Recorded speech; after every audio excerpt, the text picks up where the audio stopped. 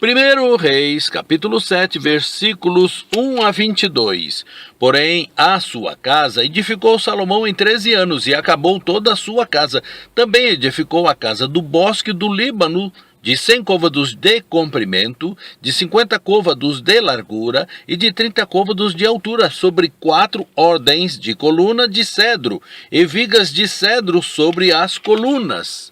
E por cima estava coberta de cedro sobre as vigas, que estavam sobre 45 colunas, 15 em cada ordem. E havia 3 ordens de janela, e uma janela estava defronte da outra janela, em 3 ordens. Também todas as portas e ombreiras eram quadradas, de uma mesma vista, e uma janela estava defronte da outra em 3 ordens. Depois fez um pórtico de colunas de 50 côvados de comprimento e de 30 côvados de largura, e o pórtico estava defronte delas, e as colunas com as grossas vigas defronte delas.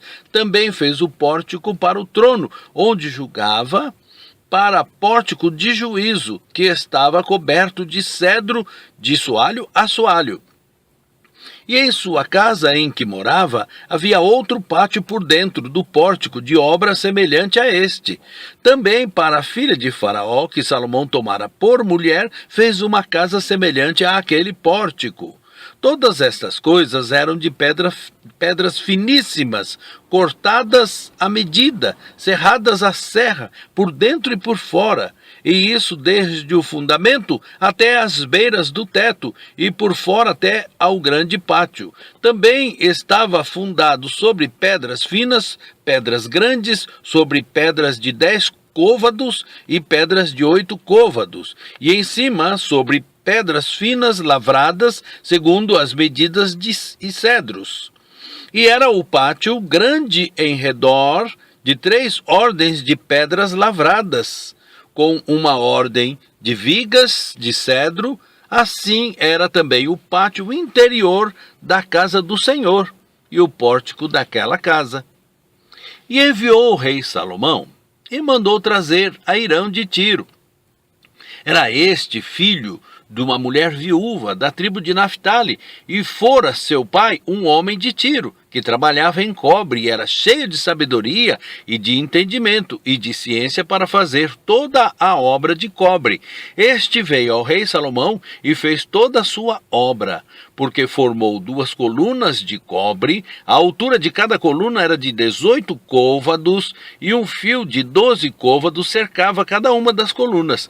Também fez 2 capitéis de fundição de cobre para pôr sobre as cabeças das colunas. De 5 côvados era a altura de um capitel, e de 5 côvados a altura do outro capitel.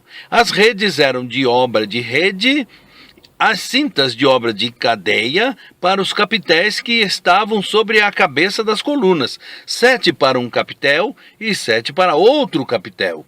Assim fez as colunas juntamente com 2 fileiras em redor sobre uma rede para cobrir os capitéis que estavam sobre a cabeça das romãs. Assim também fez com o outro capitel, e os capitéis que estavam sobre a cabeça das colunas eram de obra de lírios no pórtico de 4 côvados. Os capitéis, pois, sobre as 2 colunas estavam também defronte, em cima do bojo que estava junto à rede, e 200 romãs em fileiras em redor estavam também sobre o outro capitel.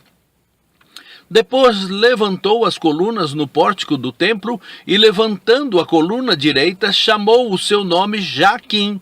E levantando a coluna esquerda, chamou o seu nome Boaz.